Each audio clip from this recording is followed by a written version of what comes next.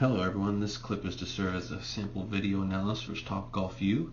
Here we have Jackson Parrish, a 14-year-old currently competing in the Southern Nevada Junior Golf Association as well as the AJGA. In this clip I am discussing course management with him as he approaches a crucial par 5 on the backside.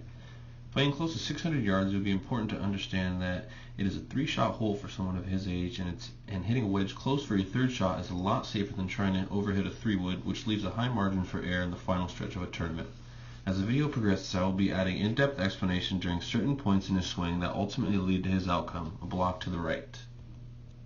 And as I begin the video here. Seems like, a little course management. At this point I am discussing with him that he does not need to overhit his driver and 3-wood, instead of just playing it safe and leaving himself close for a wedge.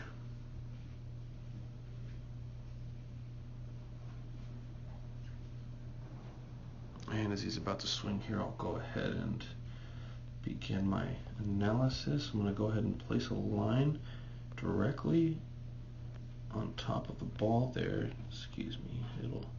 This will go ahead and show where he's at impact, as far as weight transfer, if he's rotating or sliding his hips, and if he's coming back at impact square. So we'll go ahead and take a look here, and we'll start the slow motion.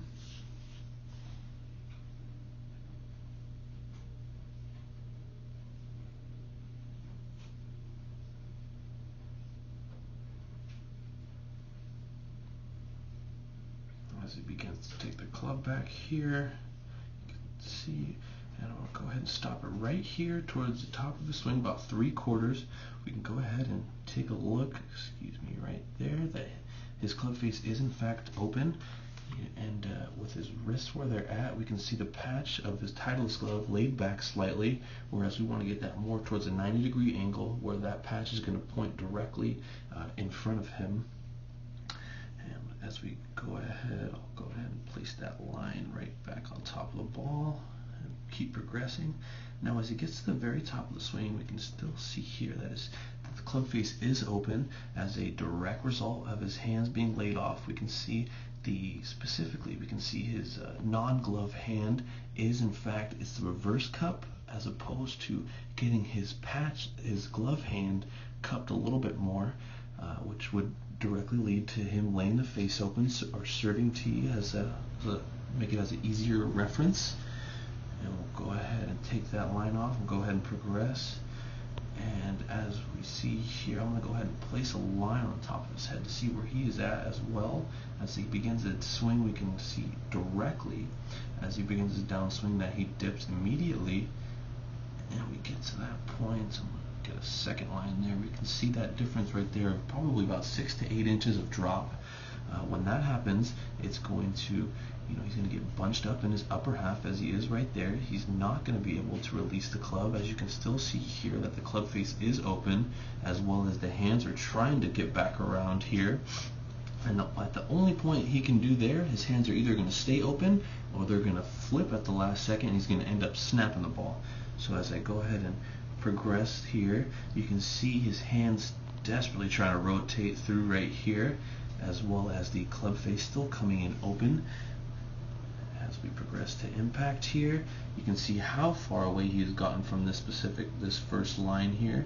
That difference right there of his shoulders, that's good, another foot right there that he's staying back on the ball, which is also going to contribute to the open club face right there. You can still see just a hair open as he's about to make impact, as well as the hands still not fully rotated. We'd like to see that patch going a little more towards his target at this point.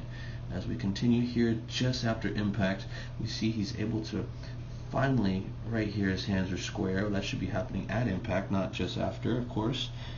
But a little bit of a positive note, we can see his heels there. He is lifting up on his tiptoes to get every bit of lag he can in the swing. But as you can still see here, his head is very tucked very down low. We like to see that up more towards, upright where it was, about here.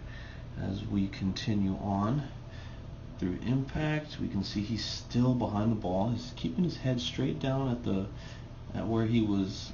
So that's obviously a good tip right there. Eyes still directly where the ball just was.